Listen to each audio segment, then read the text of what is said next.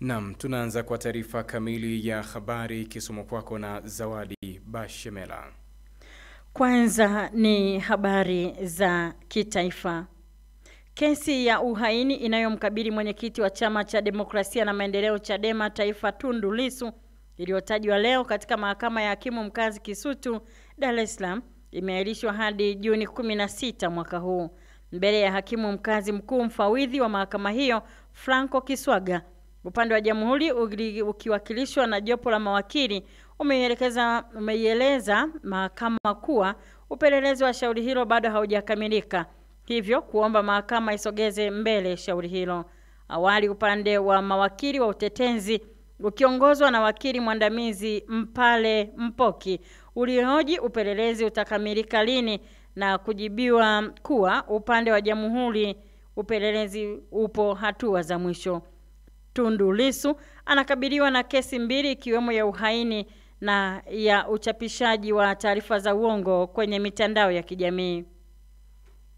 Kamati ya kudumu ya Bunge ya Afya na Masuala ya Ukimwi imeishauri serikali kukamilisha mchakato wa kuandaa sheria itakayosimamia huduma ya uvunaji, utunzaji na upandikizaji wa chembe-chembe na viungo vya binadamu ili kuweka msingi madhubuti wa utoaji wa huduma hiyo kwa wananchi. Akizungumza bungeni jijini Dodoma leo, mwenyekiti wa kamati hiyo Elibariki Kingu amesema ni muhimu kwa serikali kuweka mfumo wa kisheria utakaowezesha huduma hiyo kutolewa kwa ufanisi, usalama na kwa kuzingatia haki za binadamu. Aidha, kuhusu magonjwa yasiyoambukiza, kamati hiyo imeshauri serikali kuongeza juhudi za kupambana nayo kwa kufanya tafiti za kina kubaini ukubwa wa tatizo. Pia imeshauri elimu kutolewa kwa umma juu ya vyanzo na njia za kujikinga, huku ikisisitiza umuhimu wa lishe bora, mazoezi ya mwili na ushirikishwaji wa sekta mbalimbali katika mapambano hayo. Chama cha Alliance for Democratic Change ADC kinatarajia kufanya mkutano wake mkuu mwishoni mwa mwezi huu ambao pamoja na mambo mengine utazingatia maandalizi ya chama hicho kwa ajili ya uchaguzi mkuu wa mwezi Oktoba mwaka huu. Mwenyekiti wa ADC mkoa wa Mwanza Bwana Ramadhani Amrani amesema jijini Mwanza leo kuwa mkutano huo unatarajiwa kufanyika kati ya Juni 27 hadi 30 mwaka huu. Na hivi karibuni tutakuwa na mkutano mkuu wa chama kwa ajili ya kupitisha jina la mgombea urais ya chama cha ADC. Kwa hiyo sisi kama chama ili tuweze kupeperusha bendera ya mgombea wetu, naamini tutafanya vizuri sana. Katika moja ya ajenda zitakazokuwepo katika mkutano mkuu ni pamoja na kuzindua ilani ya ADC. Kwa hiyo tutakapozindua sasa, hapo ndio tutatangaza vipaumbele vyetu ni vipi ambavyo wananchi watavisoma na kuviona kuelewa. Katika hatua nyingine, chama hicho kimesema maamuzi yaliyofikiwa jana na vyama 14 vya siasa nchini kushirikiana kwa ajili ya kuikabili CCM katika uchaguzi mkuu ujao ni haki yao ya kidemokrasia na kuwa ADC itashiriki uchaguzi huo bila mshirika. Vyama 14 vilivyoidhinishwa na Tume Huru ya Uchaguzi INEC kushiriki uchaguzi wa mwaka huu isipokuwa Chauma, ACT Wazalendo na ADC vimetangaza kushirikiana ili kuiondoa madarakani CCM kupitia uchaguzi utakaofanyika mwezi Oktoba mwaka huu. Halmashauri ya wilaya ya Kigoma mkoani Kigoma imesema imefanikiwa kuvuka malengo katika ukusanyaji wa mapato ya ndani kwa zaidi ya 400% kwa kipindi cha miaka 5 tangu uchaguzi uliopita. Mwenyekiti wa halmashauri hiyo Bwana Josefu Nyambwe amethibitisha hilo baada ya kumalizika kwa kikao cha robo ya 3 ya baraza la madiwani kilichoketi ukumbi wa halmashauri. Bwana Nyambwe amesema ongezeko la mapato hayo imechangia shughuli za maendeleo kufanyika bila changamoto yoyote ya kifedha. Na ilikuwa na rangi kuwa halmashauri ya mwisho kwa Tanzania kwenye upande wa own source, mapato ya ndani. Ilikuwa ya mwisho, lakini tunamshukuru Mwenyezi Mungu mpaka tunafikia hapa, tunaenda kukamilisha muhula wetu wa udiwani wa miaka 5. Halmashauri hii imepandisha mapato mpaka tuko karibuni bilioni 1.5. Inaelekea kwenye bilioni 2. Kwa hiyo ina maana tumefanya kazi ambayo ni exception. Kuanzia milioni 29 kwa mwezi mpaka sasa hivi tunaingia kwenye milioni 200.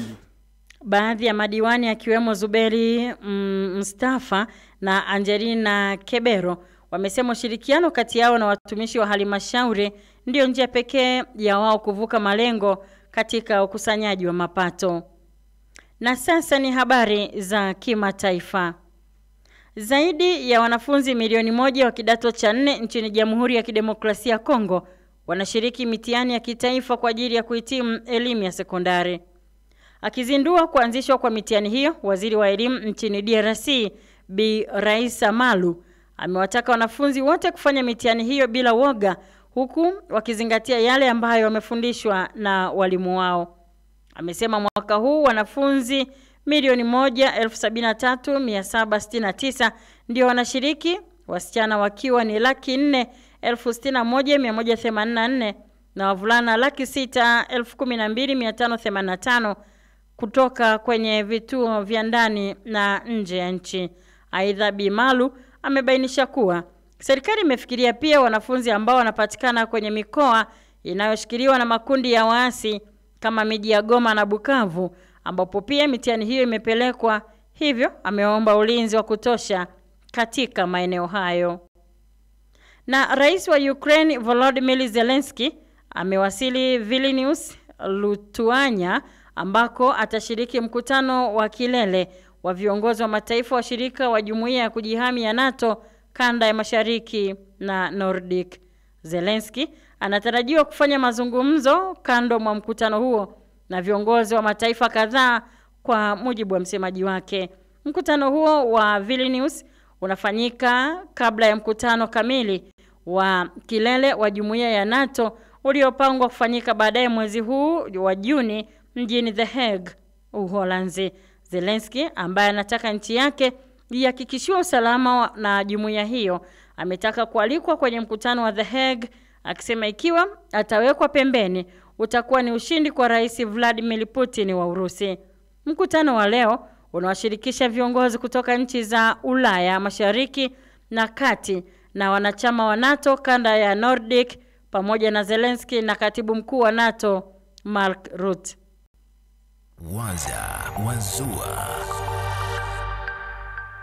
Msikilizaji, kadri unavyopambana kutafuta ukamilifu ndivyo unavyopunguza amani, furaha na utulivu katika moyo wako.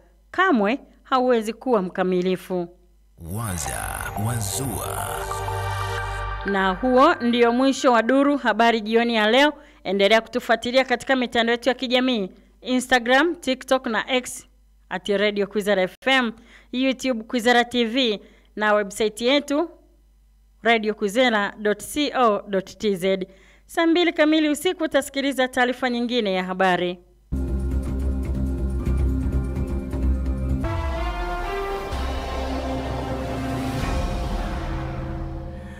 Na umetoka kusikiliza taarifa ya habari ambayo imesomwa kwako na Zawadi Bashemela. Unaendelea kusikiliza makala ya Duru Zetu Alasiri kutoka hapa Radio Kwizera FM. Habari kuu leo hii: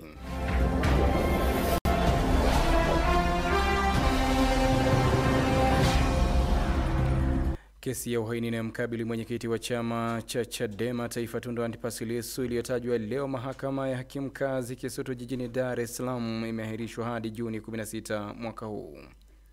Serikali imeshauriwa kukamilisha mchakato wa kuandaa sheria itakayosimamia huduma ya uvunaji, utunzaji na upandikizaji wa chembe-chembe na viungo vya binadamu. Na zaidi ya wanafunzi milioni 1 wa kidato cha 4 nchini DRC wanashiriki mitihani ya kitaifa kwa ajili ya kuhitimu elimu ya sekondari.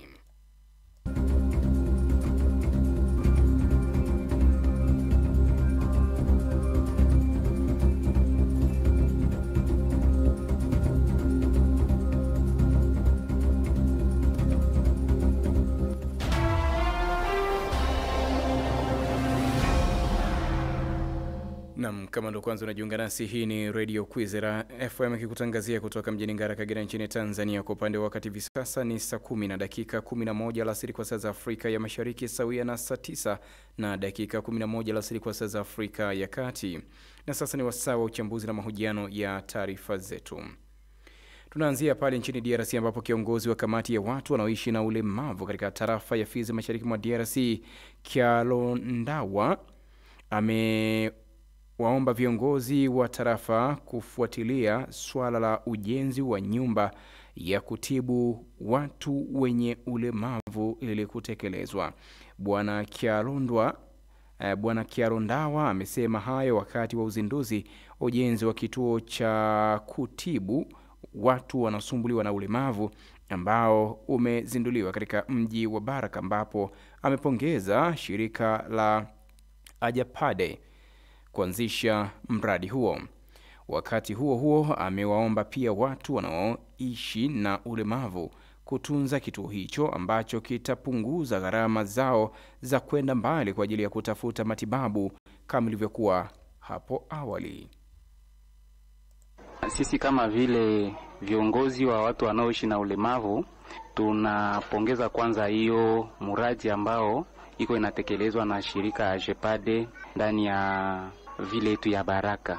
Ile muradi tunasema kwamba ni muradi wetu sisi walemavu. Ukiangalia hapo mbele, ndugu mtangazaji, mlemavu alikuwa iko na matatizo mingi sana hapa kwetu tarafani Fizi. Hapo zamani kwa mlemavu kupata vifaa ya kutembelea alikuwa anafanya masafa marefu. Anatoka hapa Fizi anaenda Kamituga. Kuna wengine wanaenda Goma, wengine wanaenda Bukavu, na wale ambao walikuwa wakisafiri machache wanafika ku Centre Betani Uvira. Na leo tunasema kama Mungu anasikia maombi ya sisi walemavu. Na ndio maana tunapongeza sana shirika Ajepade kwa ile mawazo ambao waliwaza kwa ajili ya kufanya muradi kwa kuangalia namna gani wanaweza kujenga kituo cha afya ambao kitahusika na walemavu huku kwetu tarafani Fizi. Nawaza kwamba hiyo kijiji ya Kikwena itakuwa inatupokea sisi walemavu wa kutoka kwanza tarafa letu lote la Fizi na hata zingine maeneo tofauti tofauti ndani ya nchi yetu, wakifata hiyo matibabu ambao watakuwa wiko wanafanya hapo kwa mji wa Kikwena. Ujumbe wangu ni kusema kwamba wandugu ambao wanapewa hiyo muradi wa kujenga, nawaza kuko mezo yenye walikamata kwa ajili ya kufanya hiyo muradi, waifanye kwa makini. Na pia ujumbe mwingine ni kuserikali yetu wala mea yetu ya Baraka, waitekeleze vizuri ili wandugu zetu waendelee kupata matibabu hapa kwetu Baraka. Na haiko tu kwa watu ambao wanaishi na ulemavu. Tunaiwa kituo ile itakuwa na manufaa kwa hata wale ambao hawana ulemavu, kwa kuwa kutakuwa mambo mengi ambayo itakuwa ikifanyika pale na italeta manufaa kwa raia wote nzima wa tarafa la Fizi na wa nchi yetu yote nzima. Naam, tukitokea kule nchini Jamhuri ya Kidemokrasia ya Kongo na sasa turejee hapo nchini Kenya, ambapo Rais wa Jamhuri ya Kenya Dr. William Ruto ametaka hatua za haraka na za pamoja kutoka kwa jumuiya za kimataifa ili kusitisha vita vinavyoendelea nchini Sudani, akionya kwamba mapigano hayo yamefikia kiwango cha mauaji ya halaiki na maafa ya kibinadamu.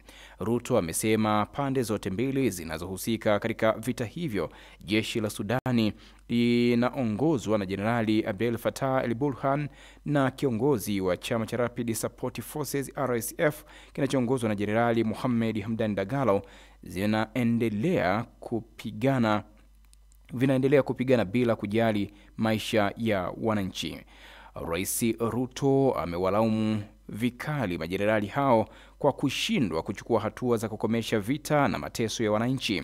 Amesisitiza kwamba jumuiya za kikanda na kimataifa lazima zichukue hatua zote zinazowezekana kuzuia janga hilo.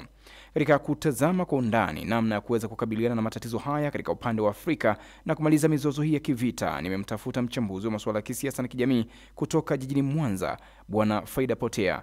Nini mtazamo wake katika hiki ambacho kinaendelea kule Sudani? Kwanza kabisa, ndugu mtangazaji, ni kwamba hali ya Sudani ni mbaya. Hali ya Sudani imefikia katika harakati ya kubaka kina mama hadharani, bila kuangalia mazingira, iwe barabarani, kumekuwa na vituko vingi, na lazima kweli kauli ya Rais Ruto inaweza ikaleta matumaini, kwa sababu nchi imepoteza matumaini. Jumuiya za kimataifa ambazo zimetolewa wito na Rais William Ruto wa Kenya kwamba ziingilie kati ili kuweza kumaliza mtanziko ambao ni wa kivita unaoendelea Sudani. Je, ina nguvu ya kuifanya au kuzifanya jumuiya za kimataifa kuingilia kati kusaidia? Kwanza kabisa ni jinsi gani tunaonyesha bara la Afrika hatuna umoja, na hata umoja tulionao hauna nguvu wala maamuzi wala namna ya kuweka ya kuweza kuleta amani katika taifa jingine. Na hili niliwahi kulizungumza kipindi cha nyuma, na hata niliweza kuzungumza pia hali ya usalama katika nchi ya Sudani. Kwa hiyo kuomba watu waliotutawala, watu ambao wamekuwa ndio wakoloni ya utawala wetu, bado ni utumwa, kwa sababu sisi hatuna uwezo huo wa kuweza kumaliza vurugu hizo. Mimi naunga mkono hoja ya Bwana Ruto ili Umoja wa Mataifa uweze kuingia, na namna ya kuingia pale ni kupeleka majeshi moja kwa moja, lakini yakiwemo na pia ya Kiafrika, ili kwenda kuiweka nchi ile kwanza chini ya himaya, ili kuweza kwanza kuondoa ukabila na ukoo ambazo sasa zinaitesa nchi hiyo. Majenerali hawa wawili wameshindwa kuheshimiana, na hali ambayo imesababisha wao kuendelea kupigana na kuleta madhara zaidi kwa wananchi. Unafikiri majenerali hawa wanaongozwa kweli na utaifa wa Sudani au wanaongozwa na maslahi binafsi? Ndugu mtangazaji, watu hawa wanaongozwa na maslahi binafsi na si jambo la utawala, kwa sababu ilikuwa ni kukaa na kuzungumza. Na nahisi kwamba watu hawa pamoja na watu wao wa karibu walipaswa kukamatwa na kupelekwa katika mahakama ili kuacha sasa watu wenye utulivu waweze kusimama na hata kutengeneza serikali ya kitaifa. Lakini kama Umoja wa Mataifa utakwenda na bado watu hawa wataachwa tu, basi tutegemee pia kwamba kutatulia, lakini baadaye tena vita zitatoka. Lakini pia ni lazima tuangalie watu hao wanatoa wapi silaha, nguvu hii yote wanaitoa wapi? Wale watu tunawaomba wanawezekana ikawa ni moja ya kutaka tu wachukue rasilimali zilizoko katika nchi ya Sudani. Waziri mkuu mpya wa Sudani baada ya kuwa amechaguliwa na kuapishwa na Abdel Fattah el-Burhan, waziri mkuu wa Sudani mpya Kamil Idris amevunja serikali ya mpito ya nchi hiyo, na sasa kuna taratibu nyingine zinaandaliwa. Pengine kuvunjwa kwa serikali ya mpito kunaashiria nini ndani ya taifa la Sudani? Kuvunjwa kule kunaweza kuwa kwamba pamoja hata ukiendelea kuwaacha kwa sababu watu hao wamekosa ushikamano, wamekosa ushirika mwema, kwa ni bora kuvunja na kutafuta njia mpya. Lakini hilo pia linaweza kuongeza kofuli jingine ama kuongeza tena kundi lingine ambalo nalo linataka kupambana kuileta serikali yake. Kwa hiyo hili ni tatizo ambalo sasa sioni kama linaweza likawa na njia chanya ya kuweza kuwa suluhu katika nchi ya Sudani. Kwa kuhitimisha sasa, wewe mtazamo wako ni upi katika kuhakikisha kwamba Sudani inakuwa salama? Mimi ningelipendelea tu majeshi ya Umoja wa Afrika, EU, ECOWAS na mengineyo yangeliingia sasa kwa nguvu na kuwapokonya silaha wapiganaji wa pande zote mbili, na ikiwezekana kabisa Umoja wa Afrika kuweka utawala kwa muda mrefu ili kuwaweka watu wale wananchi wale kukaa sawa. Lakini kuomba nchi za nje ni kwamba tunaomba sasa kuja kuweka koloni upya katika nchi ya Sudani. Kwa hiyo mimi ninachoweza kutoa ushauri wangu ni kwamba ni lazima serikali ile itafutwe kitaifa, lakini viongozi hao wawili wasiweze kuachwa uraiani, washtakiwe kwa makosa yao, na ili tutengeneze serikali ambayo itaheshimiana pande zote mbili. Naam, ni Bwana Faida Potea kutoka jijini Mwanza, huyu mchambuzi wa masuala ya kisiasa na kijamii, tukiangazia kauli ya Rais wa Jamhuri ya Kenya Dr. William Ruto akizitaka jumuiya za kikanda na kimataifa kuingilia kati kumaliza mzozo wa vita kule Sudani ambao umeutaja kama mzozo ambao unasababisha mauaji ya halaiki. Na sasa msikilizaji, ni wasaa wa Duru Uchumi na Biashara. Tunaungana na Amina Semagogwa.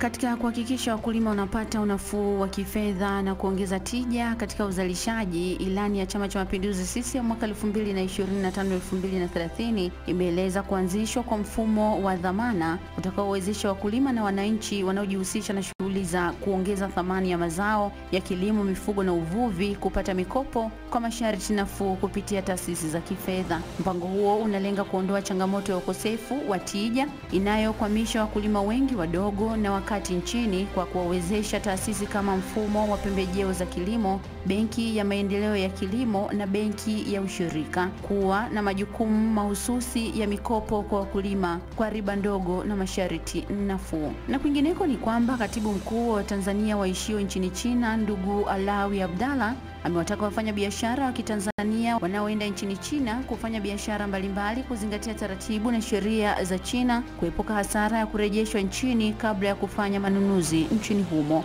Alawi ametoa rai hiyo kwa vyombo vya habari wakati akizungumza na waandishi wa habari, akieleza kuwa uwanja wa ndege wa Baiyun International Airport umekuwa na mfululizo wa Watanzania wanaorejeshwa nchini kutokana na kutotimiza baadhi ya masharti yanayohitajika ili kuweza kuingia nchini China kwa ajili ya manunuzi mbalimbali. Kulingana na Alawi, anasema China inahudumia Watanzania wafanya biashara zaidi ya 75%, akihimiza wote wanaoenda nchini humo kuhakikisha wanakuwa na visa na barua ya mwaliko kutoka kwenye kampuni ya Kichina wanaoifahamu, pamoja na kuhakikisha kuwa kila anayeingia nchini humo anakuwa na tiketi za kwenda na kurudi nchini Tanzania. Na tutamatisha duru uchumi na biashara kwa kuangazia taarifa kuwa shirika lisoko la kiserikali la TYC limewahimiza vijana nchini kuangalia kwa jicho la pili sekta ya kilimo, kisema kuwa sekta hiyo imejaa fursa lukuki za ajira kuanzia hatua za uzalishaji mashambani hadi kwenye mnyororo wa thamani viwandani na masokoni.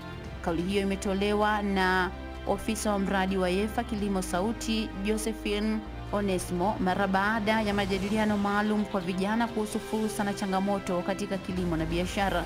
Onesmo amesema changamoto ya ajira imeendelea kuwa kubwa kwa kundi la vijana, lakini suluhisho linaweza kupatikana endapo vijana wataamua kubadili mtazamo kuhusu kilimo.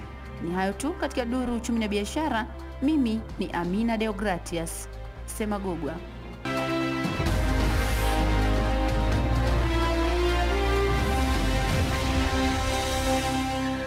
Asante sana Amina Semagogwa kwa hayo, na sasa ni wasaa wa duru michezoni. Na moja kwa moja tunaungana na Marco Pastori atufahamishe katika duru michezoni. Karibu sana mwana michezo Marco Pastori. Leo bana ni michezo, lakini umepiga suti matata kweli kweli. Mara moja unabadilika. Mara moja unabadilika. Unaona bana. Sasa nikufahamishe tu miongoni mwa yale machache ambayo tunayo. Bana utafahamu harakati zile za kuelekea kwenye michuano ya UMITA zinaendelea, na leo tutakuja kutazama kwa wilaya ya Ngara hali ilikuwaje. Najua walikuwa na maandalizi kule Muleba. Walienda kule Muleba. Kwa kule Muleba kwa ajili ya maandalizi ya kuelekea katika michuano hii, na leo ikiwa zimebaki kama siku 6 hivi kwa ajili ya michuano hiyo kuanza, ambayo itafanyika kitaifa mkoani Iringa. Ni moja ya taarifa hiyo. Lakini miongoni mwa yale ambayo tutayapa kipaumbele katika Sports Corner, licha kwamba itakuwa jambo jema pia nikikufahamisha hapa, ni kuhusiana na ubingwa ambao ameupata jana Pyramid FC, na hii haijaja bahati mbaya, ni kutokana na juhudi na nguvu na jasho na damu ambayo limewekwa na timu hiyo. Ni timu changa, tunaweza kusema hivyo. Ni timu ambayo imeanzishwa mwaka 2008, lakini unaona namna ambavyo imepambana, imekuja mpaka jana ikafanikiwa kuchukua ubingwa mbele ya Mamelodi Sundowns. Naam, tunasema kwamba mchawi wa mafanikio katika soka huwa ni pesa. Ni pesa ndugu yangu. Na hiyo pesa ndio itakuletea wachezaji wazuri ambao watakuja na ndoto na wao pia ya kufanikiwa. Tumeona Mayele kutoka kwenye ligi ya Bongo. Kwanza anatoka AC Vita. Unaona. Lakini safari yake ya kuja kuondoka na mpaka kwenda kuleta mafanikio imekuja kuonekania Bongo. Bongo ndo kama anapata wastani mzuri. Basi labda kungekuwa na angeenda hata kwingine. Yes, kwa hiyo ni safari mojawapo pia ambayo tutakuja kuitazama namna ambavyo amesaidia timu hiyo kuweza kupata ubingwa hapo jana na nafasi ambazo walizitengeneza. Lakini si hivyo peke yake, bana tetesi za usajili nazo zinaendelea. Kwa hivyo tutaendelea kuangalia ili hali pia tukumbuke kuna nani huyu mchezaji wa Manchester United? Bruno Fernandes. Kapteni. Kapteni bana amepenyezewa taarifa kwamba huenda akajiunga kule Saudi Arabia. Kwa nini iko hivyo? Amepenyezewa kwa sababu alipewa saa 72. Saudi Pro. Alipewa saa 72 kwamba au ameshajibu kama anaenda ama haendi kutoka kwa matajiri katika ligi hiyo ya Saudi Arabia. Sasa akapenyezewa na mshikaji wake kutoka huko, akamwambia bana wewe jiandae tu kuja. Huko inaonekana mzigo upo. Kuna mafuba ya kutosha. Mafuba ya kutosha. Sasa wewe jaribu kujiuliza, je, kuna mshikaji wako alishawahi kukupenyezea jambo lolote zuri? Kukupa dili. Kukupa dili. Toa dili. Haya ni machache tu, mengine tutakuja kuyasikia hapa, ikiwepo pia Xabi Alonso naye ameingia na mkakati wa kuachana na formation ambayo alikuwa akiitumia zamani, ameamua kuchukua formation mpya ambayo ataitumia ndani ya klabu ya Real Madrid. Shukrani sana. Asante.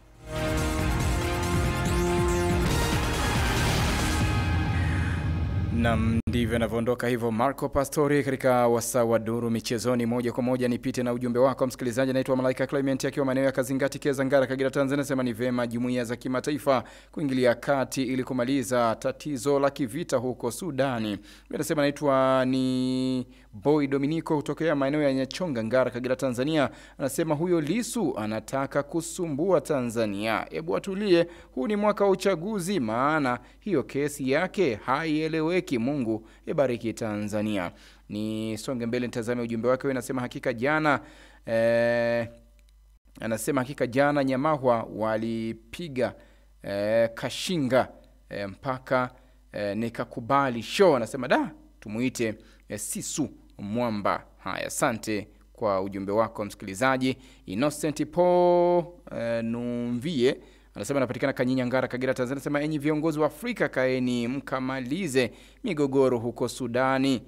Vita inawapatia raia mambo inawapitia raia ambao hawana hatia. Asante kwa ujumbe wako msikilizaji.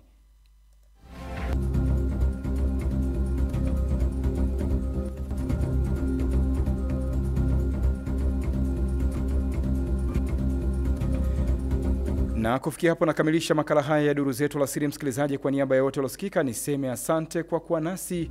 Nikushukuru sana, nikutakia alasiri njema. Endelea kusikiliza Mseto Leo. Tunakwenda na wewe mpaka pale 2 kamili usiku wa leo.